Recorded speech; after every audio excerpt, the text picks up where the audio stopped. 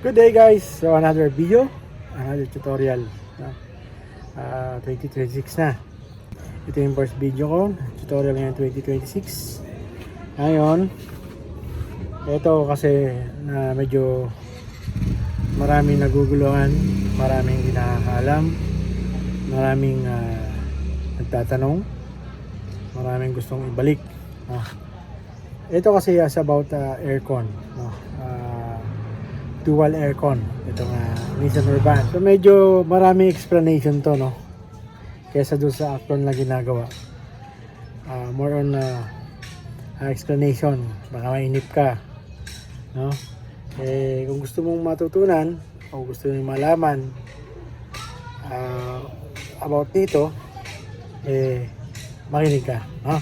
Pakinggan mo maigi lahat ng sasabihin ko, kasi ito hindi naman to pinag-aaralan, based lang to sa aking experience, sa aking karanasan, sa observation, kaya ngayon isi-share ko sa inyo. Okay guys, so ito about sa dual aircon. Ito yung aircon, alam ko marami na naka-experience sa mga dual aircon. Hindi lang naman to isang sasakyan, meron mga dual aircon na meron nito. Kadalasan kasi guys, pag nawala ang lamig ng aircon sa likod, ang ginagawa ng iba kasing technician, hindi na hinahanap yung sira, pupuntahan agad yung cut-off valve. Okay, ano yung cut-off valve? Okay, isa-isahin natin. Okay, meron ako dito cut-off valve. Ayan.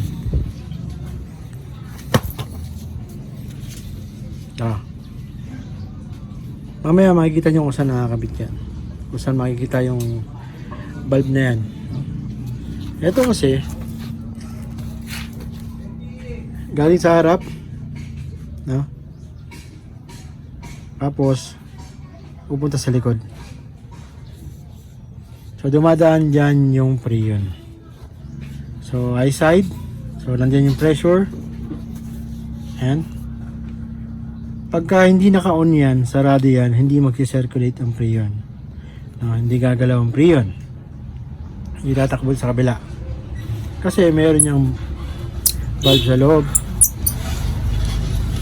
na nag-open once na nagkaroon ng kuryente ang na-supply itong socket na yan. Yan yung wire na, yung dalawang wire na to. Okay, mahirap paliwanag to pag nandun sa ilalim, kaya dito tayo actual bago ko ikabit, no? Kasi may dahilan yan bakit ikakabit ko. Teka lang, tanggalin ko muna. Okay, ayan. Kita nyo, fresh na fresh yan, no? Kulay green kasi yung ano nyan, ang original na kanyang langis. Ayan. Ayun, mag-open yan pagka nagkaroon ng kuryente. Ayun, ayun, yung maliit na butas. Ayan. Pag nagkaroon ng kuryente yan, mag-open yung valve na yan, mag-circulate. Tatakbo ngayon yung freon, paakyat dito. Nandito ang tubo niyan. Ngayon, saan makikita to? Okay. Napaka-importante nito guys. Malalaman nyo mamaya kung bakit. Dito nakakabit yan, sa ilalim ng driver side, sa ilalim ng flooring ng driver side. Mamaya papakita ko sa inyo kung saan. Ayan ang tubo niyan. Pinaikot ko lang yan, papunta na sa likod to. Okay, another one. Okay, ang ginagawa kasi ng iba, once na hindi lumamig ang likod, binabare na to. Yan, babarenahin na nila dito para tagusan na yung freon, no? Papasok dito, tatagos na sa kabila. Hindi na siya magka-cut, wala na siyang control sa likod. Ngayon, ano ang consequence pagka binutas mo na? Okay? So, ang nangyayari dyan, pagka yan binutas mo na, continuous na, tuloy-tuloy ng nag-circulate ang freon sa likod. So, kahit patayin mo yung switch na to, ayan. Ito kasi, pag napansin nyo may thermostat na ganyan, may control yan. May relay, may thermostat dyan, may relay yan. Ngayon yung relay ang magbabato ngayon ng signal papunta rito para mag-open siya. Ngayon, Ang nangyayari, minsan dito lang yung sira, electrical issue lang. Ang pagbibintangan ito, bubutasin na. No? Ang katwiran, dual aircon naman daw. Kailangan, butas na yan. Ngayon, nakadesign yan na mayroon ito. Bakit mo bubutasin? Diba? Bakit mo i-condemn? Yun ang tanong guys, bakit mo naman i-condemn? Yun ang problema, no? Kahit buo yan, pinabarena na, tinatanggal. Ang problema, ganito naman ngayon. Ito experience ko lang ha. Nasa inyo kung maniniwala kayo, hindi. Ganito yan. Maraming nagtatanong, bakit pagbukas ang dual aircon sa likod, matagal mag-automatic. Pero pag patay, mabilis mag-automatic. Di ba? So yun ngayon. Sabi nila wala naman daw to. Pero bakit ganon? Pag pinatay mo to, kung nag-cut na to, mabilis mag-automatic. Ganito kasi yan. Pag harap lang ang binobomba ng compressor, dahil nga sarado to, mas mabilis siya mag-automatic kasi lahat ng puwersa ng compressor nasa harap lang. Kumbaga, para siyang walang dual. Kaya kayang-kayang bombahin ng compressor o mas mabilis siyang lumamig. Kaya mas mabilis siyang mag-cut. Ganun yan. Kaya pansinin nyo, pag wala na kayo nito or na-condemn na to, matagal mag-automatic ang aircon nyo. Yan ang maraming tanong. Kadalasang tanong, bakit matagal mag-automatic? Kasi pag sinilip mo yan, minsan wala na, minsan nakabarena na, no? Minsan tinatanggal na yung wire, pag silip mo wala na. Okay, so sana medyo napipick up nyo na, no? Kung bakit napaka-importante na ito sa dual aircon, lalo sa urban. Sabi nila, pag pinatay mo ang blower sa likod, mag-yellow, masisira. Mali yun, no? Mayroon ako napanood na vlog niya, ganyan. Pag di daw ginagamit yung aircon sa likod, pinatay daw yung blower, mag-yellow daw yung evaporator sa likod. Ngayon, paano nga mag-yellow? I-close nga, nakasarado yung pressure, no? Yung high side. Paano nga siya mag-yellow? Maliban na lang kung tinanggal mo na, diba? Kaya nga dapat hindi tinatanggal. Okay. Ngayon dito meron ako kasing ito pambenta na unit, and then nasilip ko, tinanggal na, no? Wala na to. Ngayon meron akong naitabi, inanap ko pa sa baul sa likod. Siguro matagal ko nang na-parts out tong unit na to. Nakita ko sa likod, yung pala nakasabit lang. Ayan, ibabalik ko ngayon to sa stock. Ngayon, bakit tinanggal yan? Malalaman ko mamaya pag kinabit ko to at ay gumana. Ibig sabihin, yung supply papunta rito ang may problema. Yan lang kadalasan naging issue nito. Ang problema, yung ibang technician, pinapatay na to. Marami naman daw kasi nakaganon. Pero, totoo, yan yung UV ko. Hanggang ngayon meron yan. Hindi ko tinatanggal yan. Alam niyo kung bakit? Okay, ito na naman. Madaldal lang tayo pero meron kayo dapat makuha nga idea. Kasi, mas mabilis mag-cut yung likod. Yan ang observation ko. Mas mabilis mag-cut ang likod. Ngayon, pag nag-cut ng likod, harap, mabilis na siya mag-automatic. Ang control kasi ng automatic niyan is nasa harap. Ang thermostat na nagko-control sa relay papunta sa compressor at sa mga condenser fan ay nasa harap, no? So pag nag-cut yung likod, nag-automatic na yung thermostat niya at nag-automatic na rin yung harap, saka pa lang mamatay yung compressor. So mas sabi ko nga kanina, mas mabilis mag-cut ang likod kaysa sa harap. Okay? Kaya hindi ko kinokondem yan or tinatanggal yan. Pag nakakita ko ng mga ganyan, hanggat maaari ibabalik sa dati. Kung meron mabibili. Ang problema medyo mahirap maghanap. Okay, so ngayon, tatanggalin ko kung ano nakakabit dito. Isa to sa example. kung ano yung kinakabit nila. Okay, tanggalin natin. Okay, dito tayo sa ilalim. Yan. Sabi ko nga sa driver's side. Ayan. Ito yung sub radiator. Nandito siya. Ayan. Kita niyo yan?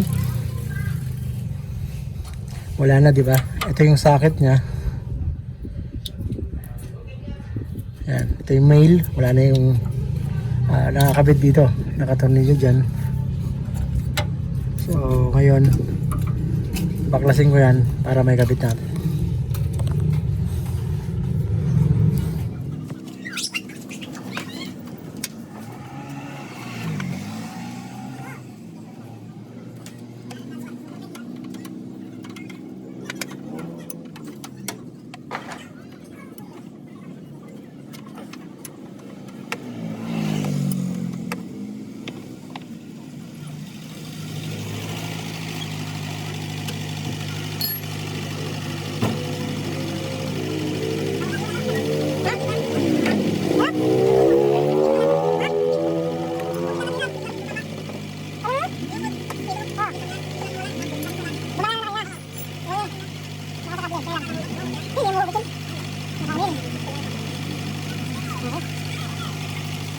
Okay, so yun yung tanggal ko. Diba? Tagusan na siya, condemn na. Hindi na nagkakat. Ngayon, ito ibabalik ko sa dati.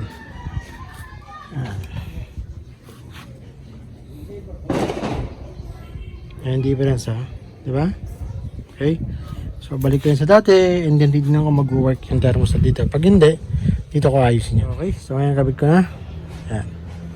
Kailangan natin ng dalawang bolt kasi wala na. And then, dalawang o-ring. Automatic palit tayo ng o-ring dito. Okay.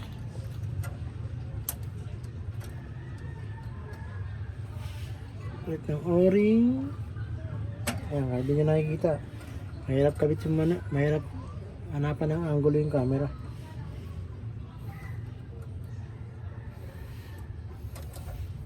O-ring. And then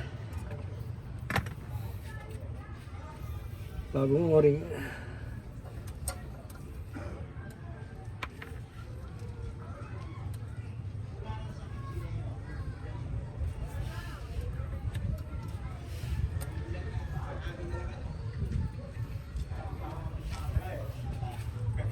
Okay, kabit na natin to.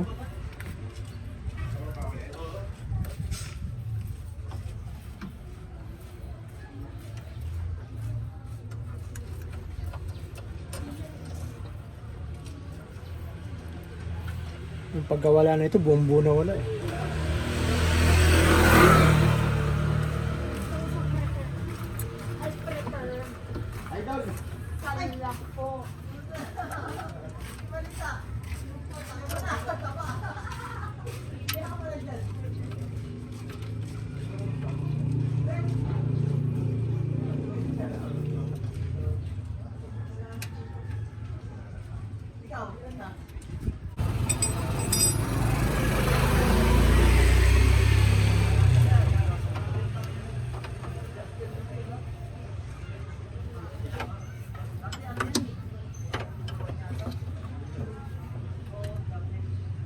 Oh, okay.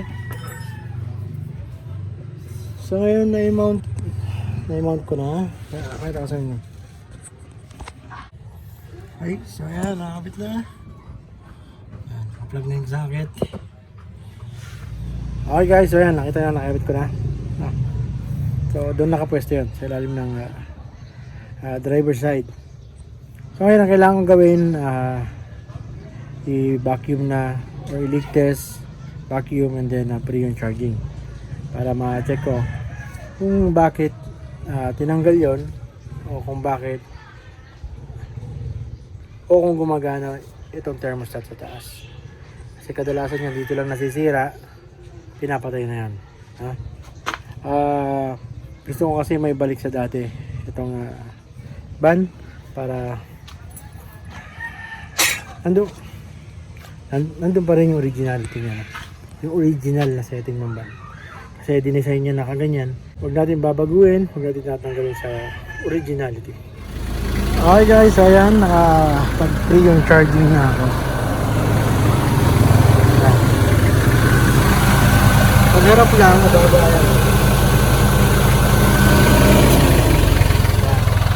Rinig niya, nag-automatic. Automatic na yan. Pero, harap pa lang yan. Ayan. Malamig na. Ngayon, pag binuksan mo yung likod niyan, dapat hindi pa agad malamig to. Yan, hindi pa siya malamig pag unang bukas. Kasi ikaw, open lang nung kanyang cut-off valve. Ngayon, pag hindi yan lumamig, hindi nag-circulate ang freon dyan, ibig sabihin, walang supply ng kanyang cut-off valve, nandito ang issue. Ayan. Okay, pagdating natin ng freon para mag-circulate naman sa likod. Kasi pag kulang yan, hindi rin mag-circulate. Yan. So, nagtugtog na ako ng freon. Nagpapapush na yung kanyang high side. Oh. Pero, yung likod, hindi pa rin lumalamig. Yan. So, yan ang issue niya dati. Oh, wala. Okay? Hindi lumalamig. Oh, ibig sabihin hindi nag-open yung valve. Ngayon, ang problema niyan nandito sa electrical. Yan, bilis mag-automatic. Maambon na. Tanggalin mo natin itong mga okay. Yung magulo. Tanggalin natin yung vacuum, baka mabasa. Maambon na oh. Ha?